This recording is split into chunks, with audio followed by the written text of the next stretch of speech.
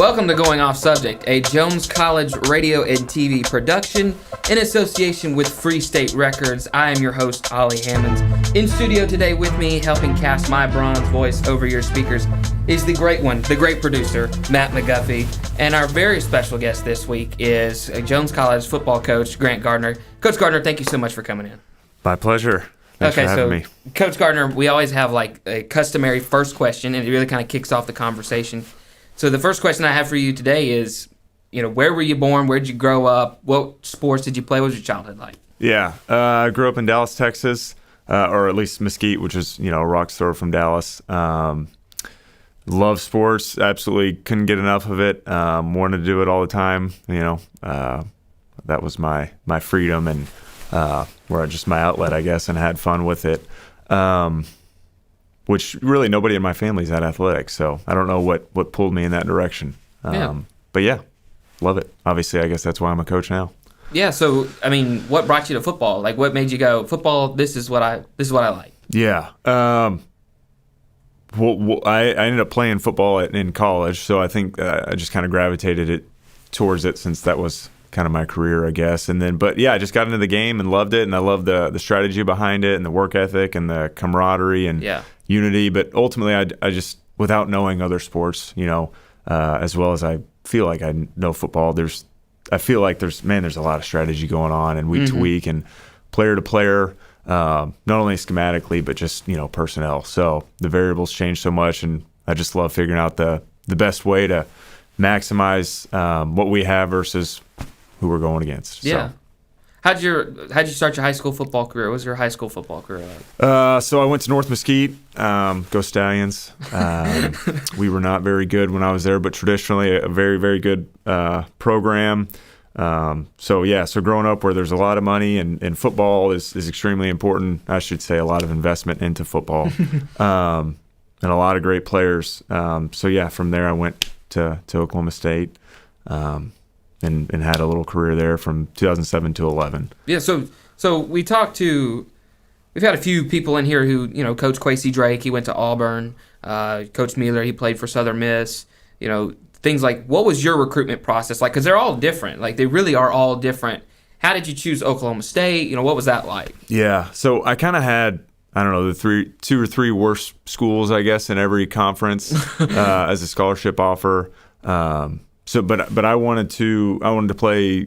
I wanted to be relatively well. Actually, I didn't really want to be close to home. I didn't care that much, but I wanted to be in the Big 12, and so I felt like Oklahoma State was on the rise, and they were going to be a pretty good program. And I felt like there was stability at the position coach as well as the head coach. And it can't be that they were a Nike school, So all the things kind of aligned, and seemed like their facilities were, top notch. Boone Pickens had invested a lot of money into them. It's I just felt like I was buying stock low and going to be able to sell high, and fortunately I feel like I made a good choice.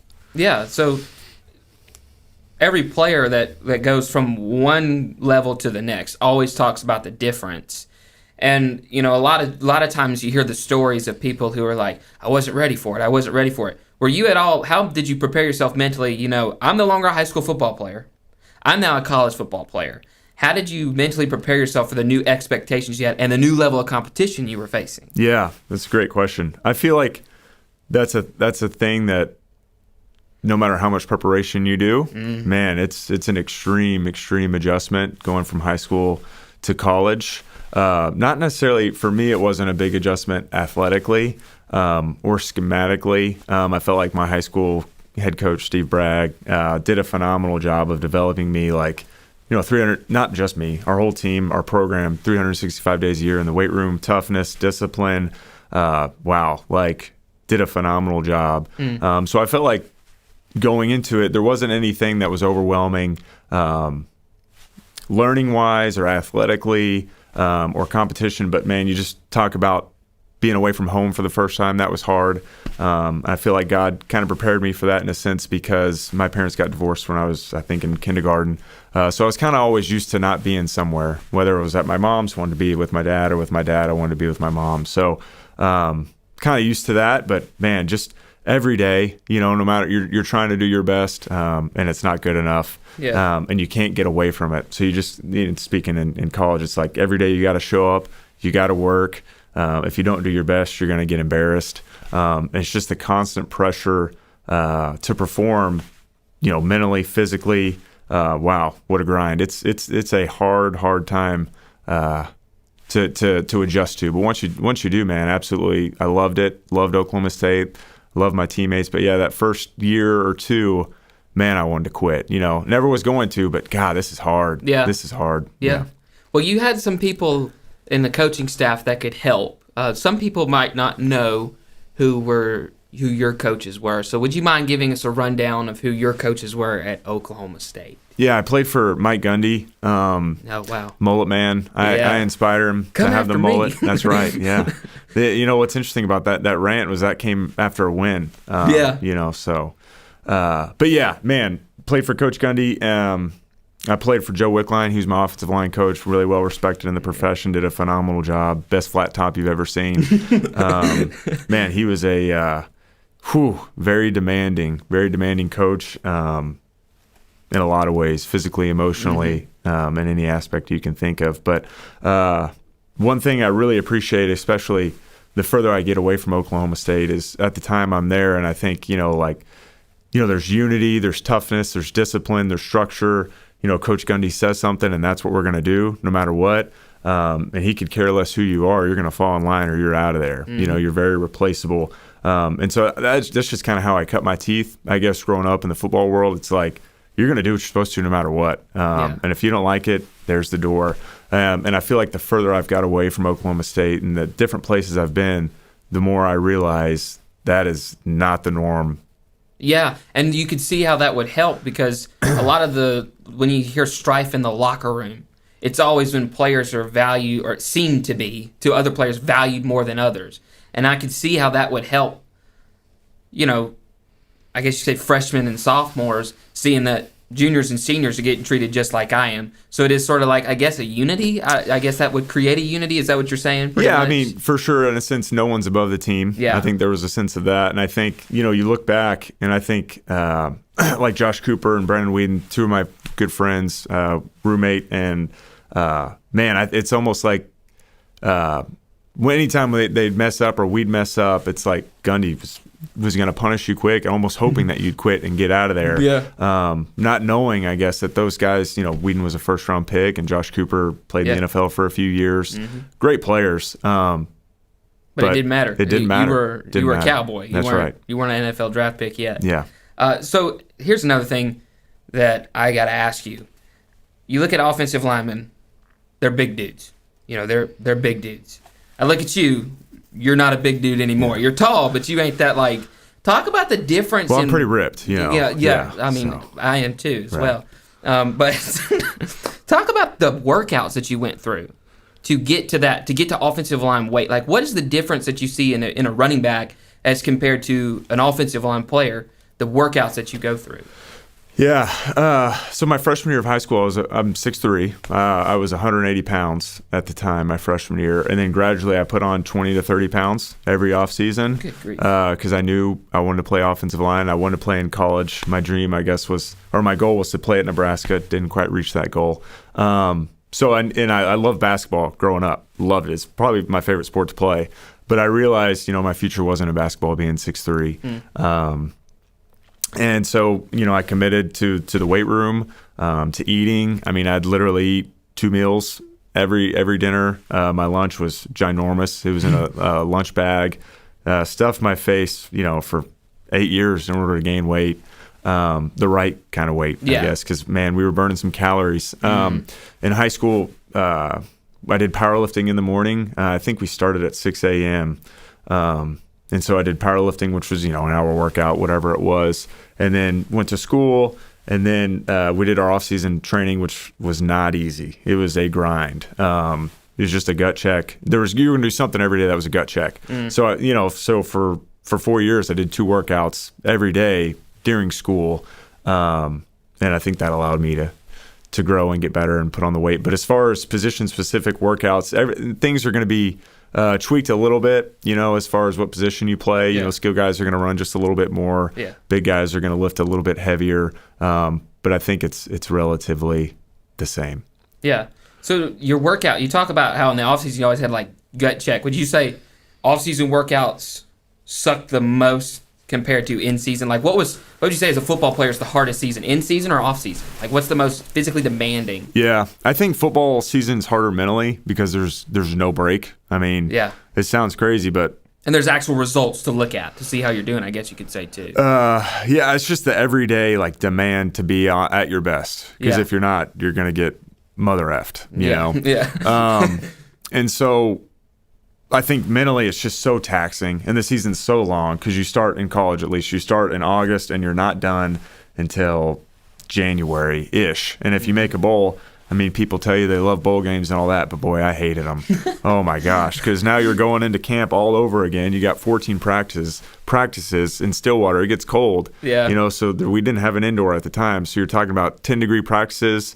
Nobody's on campus. Football weather. And I'm doing all this for a 32-inch TV. No thanks. I'd rather be at home. I got to miss Christmas. I don't get to be with my family. Yeah. I don't get any time off from school because we don't get the break that all the normal students get. I don't know how I got on that tangent, but yeah, hated bowl games as a player. Yeah. So I have. Did I answer your question? I'm sorry. You did answer my question, actually. I have. Oh, off season was easier because you got the weekends off, right? Okay. But physically, You said so you're it's- always sore. Yeah. You're always sore. But in the season, something hurts. Yeah. It's a different kind of pain. But being 300 pounds, I mean, I planned my day around not having to go upstairs. I was very efficient with every step I took when I was 300 pounds. Thought it out. So almost a prisoner in your body, I guess. So I found here on the interwebs, the worldwide interwebs. Oh, wow. On Oklahoma State's athletic page. This is an article from 2007, and it's 20 questions with Grant Garner. Let's go. Now this is How old? So I'm 18 years old. Keep that in mind. So you're 18 years old. Yeah. So I'm going to read off. I don't think I'm going to read off the answer. I might read off the answers. Okay. But I'm going to ask you these questions. We're going to see how they've changed that's as fun. maturity Yeah. has come along. So question 1, and this will absolutely date the article. What CD are you listening to right now? What's a CD, Coach? We're going to mostly ask you what you listening to on like any streaming. What's music are you in right now? Today, I like to be productive with my time. So Yeah. I've got 3 kids, and they keep me tired. That's for sure.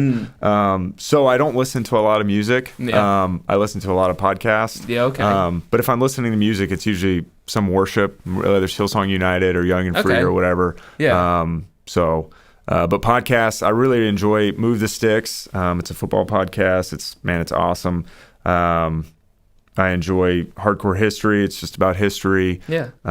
So those are 2. So you went from trying to educate. Well, you came from this. Do you remember what your answer was to this question? Do you even remember this? No, I don't remember.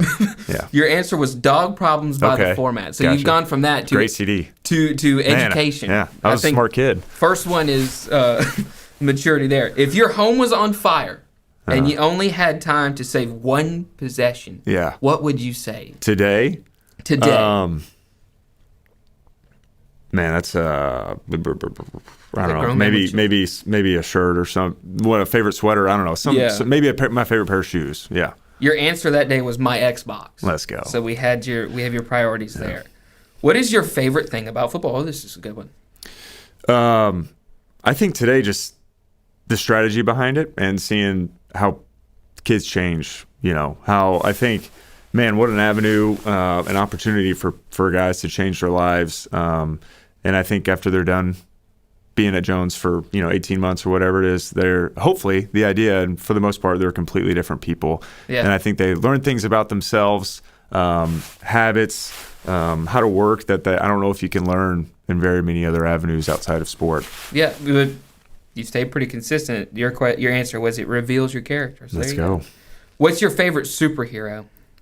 Batman. He's the only one that's real. Oh my gosh, it's the exact same answer. Let's go.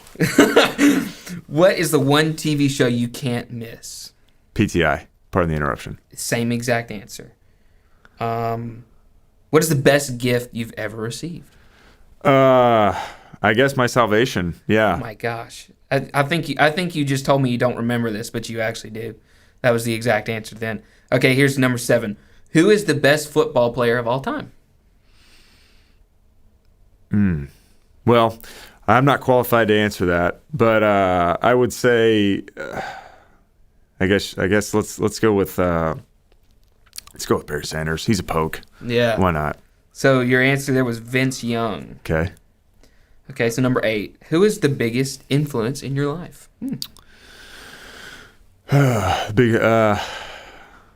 I think it's my coaches. And if I had to say one, it'd be my high school head coach, Coach Steve Bragg, Okay. I think. Yeah. Yeah. So your answer here was Frank Tomlinson, a preacher from back home. Oh. Okay. So number 9. This is my favorite one. If you were a cartoon character, who would you be? I'd be Cartman from South Park. I don't know. I was just, yeah. Your answer that day was Bugs Bunny. So that's 2 solid ones. Okay. And I think we already know the answer. If you could play any other sport, what would you play? Basketball, baby. That was the answer that day. Fade too. away. What is your favorite movie of all time? Saving Private Ryan. Ooh, that's a good one. It is. Your answer here was V for Vendetta. But that's a solid one, Saving Private Ryan. Who's your favorite actor of all time? Is it actor or actress? It's the question says actor. Okay. Brad Pitt's a good one. It's fun to look at. He said Jude Law that day. So it's a bit of a change.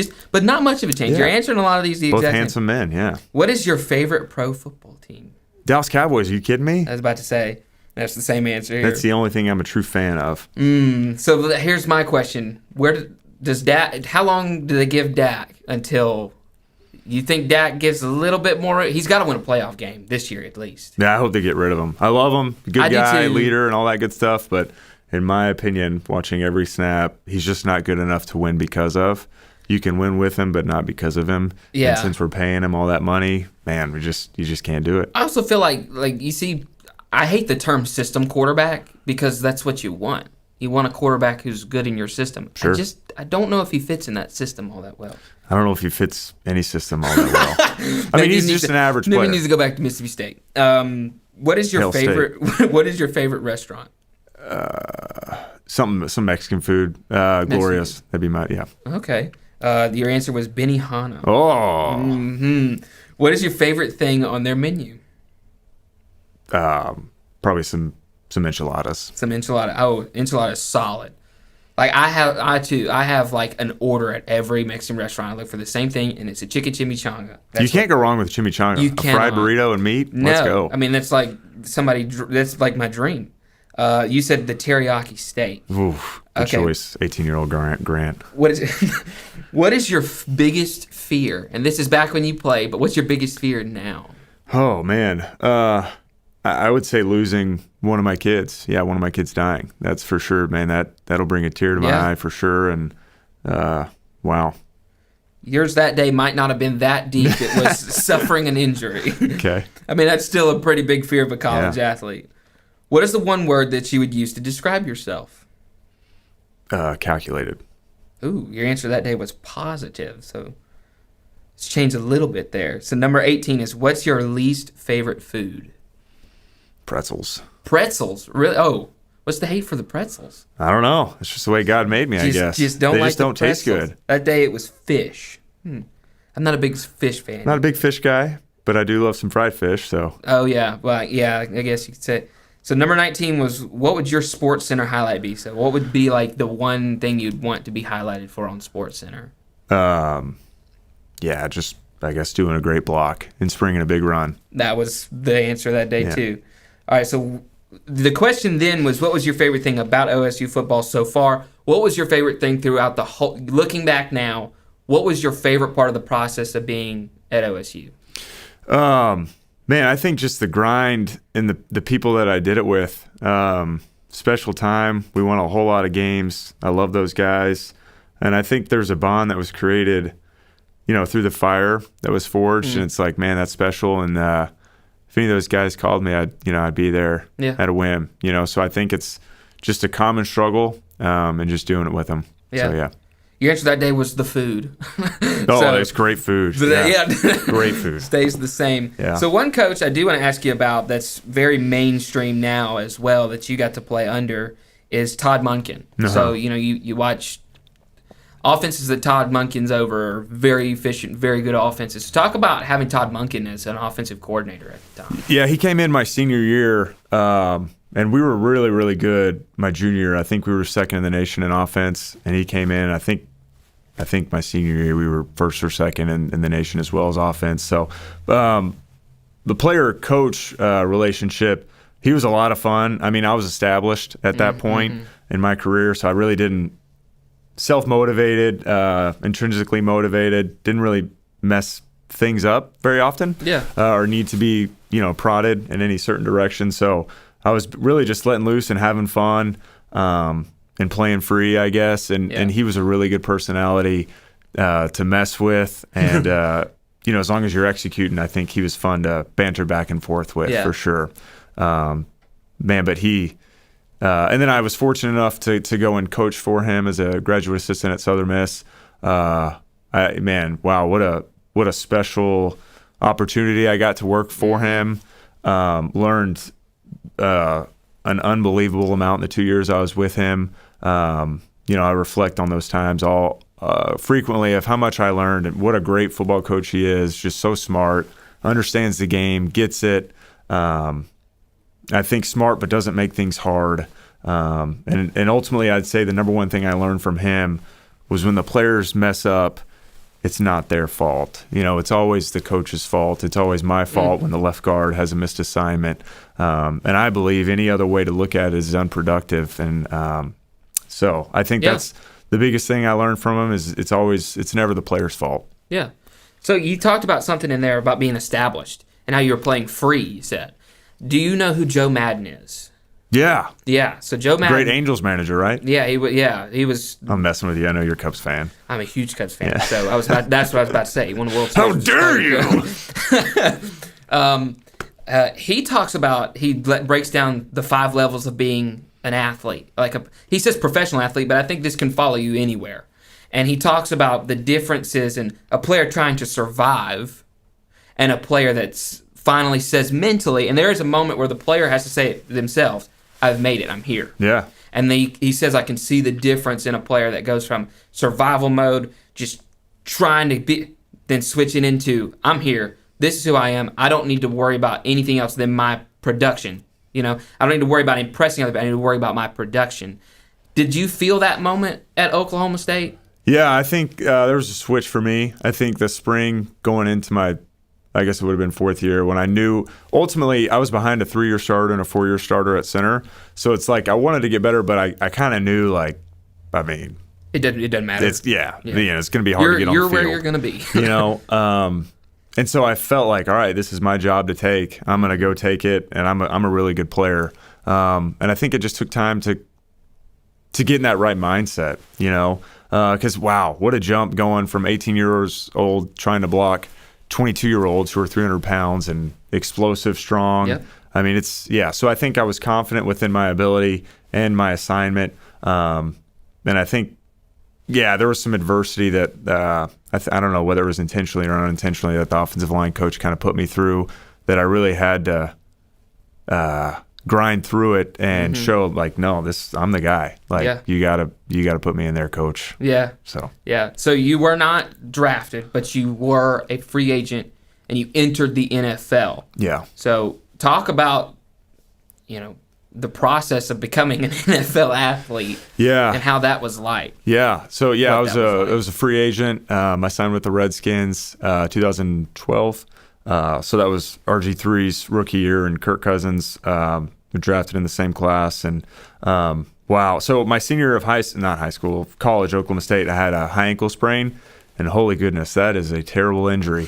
I mean, I really didn't heal from it all the way, even a year later. So I know that had some impact on my performance with the Redskins. And then also, man, just this sounds simplistic, but my whole career at Oklahoma State, we were shotgun, so I had never been under center. And then all of a sudden now I'm in the NFL and trying to snap under center. And so there was some serious difficulties doing that. It's like, and I felt like, just something as simple as a snap. So, and wow, you talk about the NFL and college football. That jump. Yeah, I thought it was just an extreme jump because you're just looking at grown men who they know this is the only way they can, not the only way, this is how they feed their family. So you just talk about professional bad dudes who physically are just different. They're the 1% of the 1%. Yeah. And then mentally, most of them are different. Yeah. They're the 1% of the 1%. I'll tell you, my rookie year when it was just eye-opening to me, London Fletcher, at this time, he was like this was like his 15th, 17th year in the NFL. So he was an undersized linebacker, really good player, but he's, 40 years old, however old he is, 38, I don't know. Robert Griffin comes into the league, world-class speed, it's documented, super fast. He runs a naked, which, he play action, keeps the ball.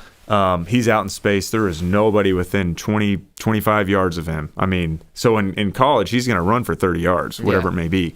And then all of a sudden, London Fletcher, in practice, chases him down from nowhere, and Robert Griffin gets 2 yards. And that's when I was just like, wow, this is a different game. These guys are serious, and it's all about performance. Yeah. But yeah, I thought it was a bigger jump going from college to NFL than going from college to from high school to college. Yeah, I could see that. One thing you mentioned there is the difficulty of a snap. So offensive line, they're the trenches, right? You guys don't get highlighted enough, honestly. Yeah. Talk about, what's the difference? Talk about the technique of going under center. Why is going under center more difficult than just a normal snap? And talk about that process. I don't think one or the other is more difficult. They're just different. You just had to learn it. You just had to learn it. Just had to do it. But for me, it was more difficult because now all of a sudden I got some dude up under me feeling on me that I'm not used to that, I've been operating free. The football has been free, if you will, for 5 years, and I've been able to move however I want. But now it's like this dude's under me. I got to keep my bottom still and stable in order for him to take the snap. So it was definitely you had to move different with a guy being underneath you. Yeah. Yeah. So, I mean, you dabble in the NFL. What made you go to coaching? Like, what was the moment whenever you said, I'm out of playing, I'm done playing, and I want to transition over to coaching? Because there's always that moment. I don't think it just happens. Yeah. So I was married at the time. Me and Bailey got married my senior year of college. And so it was hard. It was hard to be apart from her. She was in Dallas. Yeah. I was in Virginia. And then I went and played in the UFL in Sacramento. So I was there for 6 weeks or whatever. And so we were apart then as well. And then training for the draft, I was actually back in Dallas living with her parents, and she was still in Stillwater teaching. So for our first year of the marriage, we, kind of lived together for 4 months or 6 months, whatever it was. And then we were apart for 6 months off and on. And so there was definitely some stress there, just newlyweds and 22-year-olds just figuring that stuff out. So emotionally, I was after I got cut from the Redskins, after I played in the UFL, emotionally, I was kind of like ready for some stability in my life. And so I think this was definitely a gift from God. I can remember vividly, I was taking a shower, and I'd already kind of started losing weight because I was, like we talked about before, I was kind of done being 300 pounds. So I take a shower, and I just remember, like, God, thank you for this ride that I've been on. Yeah. This was awesome. Like, I felt like in my heart I was good enough to play in the NFL if I had the opportunity. That's to say, if I had the time to develop. And I was just thinking, like, this didn't work out. I'm gonna move on, and I'm gonna go coach because I just didn't want to be in the same situation I was in trying to chase the NFL a year later. Being apart from my wife, stability and all those things. And then, so as I get out of the shower, the Kansas City Chiefs call, and they say, hey, we want to come and bring you in for a tryout. And I'm like, well, I'm already 275. Do you still want me to come? They're like, no, you're good. Just hang out at home. So I felt like that was just kind of a God, winking at me and saying, I got you. Yeah. I've got you. You're at peace. This is the right decision. So I don't know. Yeah. What was your first coaching job? I GA'd at Southern Miss for 2 years, and then GA'd for Todd Monken and Luke Meadows, who's the O-line coach there, phenomenal coach. Wow, he's probably the second best coach I've ever been around. Yeah. And then I went and GA'd at SMU in 15 under Chad Morris his first year, and then came to Jones. So how did your relationship with Coach Buckley have? Because we were talking about this before the podcast. You've been here for 8 years. Buckley's been here for 8. You were one of Buckley's first hires. How did that relationship start up? Yeah, we met at Southern Miss, so he was on the holdover staff, I guess, when Monk got there, and so I worked with Coach Buckley for a year at Southern Miss, and then so that's kind of where I met him. Yeah. So how did you? I mean, talk about the process of getting hired here. I mean, how did that whole thing go down? Did he call you up and be like, "Hey, how did that go?" Yeah, I think there was another offensive line coach that he had originally hired, and then that guy got another job. Yeah. And then so he called me, and I was like, "Yeah, let's do it. Love to work for you." Yeah. So you know how to. You've coached at D1. You've coached places like Southern Miss, and that it's very. I mean, it's obvious a JUCO's different than a D1, but talk about the main differences that you see in kids that come here than you do kids that go to somewhere like or you as a player. You went to OSU. I mean, and I know I'm getting long-winded here with the question, but I talked with Coach Quasey Drake about that. I said, you and him did what they're wanting to do. You guys went and played at 4 universities. How do you impart your wisdom on young guys that are here? Like, this is how you become a university athlete. Yeah. I think the biggest difference is the guys that we get are underdeveloped in an area, and it's not always the same area, whatever it is, whether it's academically or athletically or just socially, kind of like the way they act, maturity. So I think they're not the finished product, right? So at the Division I level, it's like for the most part, they're the finished product. You just got to refine it and shape it. Where here, it's like you've got to completely that's a good point. Rewire their way of thinking, I guess. Yeah. Yeah. So one last question. Did I answer your question all the way? You did, actually, because I've never actually thought about that. Because you always think, well, it's the same way of football here as it is at a university, but what you're saying is that it's different. You're almost like high school coach part 2. I guess you could say you're still trying to develop them. For sure. Like you said, they're not anywhere near the finished product. No. So that I can see how that's difficult. Yeah, and I just think that the amount of time you get here, it's just, man, it's tough. Like for a kid to be a senior in high school, and then typically, right, just the way God made us, people were lazy for the most part, so they go from playing football and they get done in, let's say, December if they had a great year. Yeah. And then typically if they're not playing another sport, they don't do anything for 7 months, you know? So then they show up here in July, and we got to get them in shape. They got to learn a new playbook. They got to be away from home, and they got to go out and play week 1, September 1st, whatever it is. So you got 7 weeks to get through you got to get them up to speed emotionally, physically, because it's playbook. Me and Buckley talked about this too. It's not a lesser league. Like, it might be a JUCO, but this is a really good JUCO league that they're playing in. Yeah, it's really good football. So is that like a difficult thing too to get them mentally? Hey, you are not playing high school part 2. You are playing college football right now. Yeah, it's a huge jump. And the difference is like here, we have to win with our freshmen. Whereas at Oklahoma State or Auburn, the freshmen won't even touch the field until their 3rd year, roughly. So they got to come in and play. So, yeah, it definitely complicates things. Yeah, it's hard. You got to win in Wintersville, right?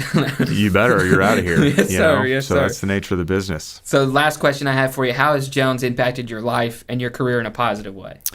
Yeah, I think, being a GA, I never got to go out on the road and recruit. And so after being here at Jones, getting to go out on the road and recruit and seeing where a lot of these kids come from, and you're just like, wow, these kids, not their fault. They just don't have a chance at life, or I shouldn't say they don't have a chance. What I should say is they haven't been dealt the same cards for whatever reason, right? And so what an opportunity we have after seeing where these kids come from, and they have Jones as the vehicle to completely change their lives, their kids' lives, change their trajectory through football. Man, it's so powerful. It's motivating. And I think it really gives me a purpose to help these kids grow and develop.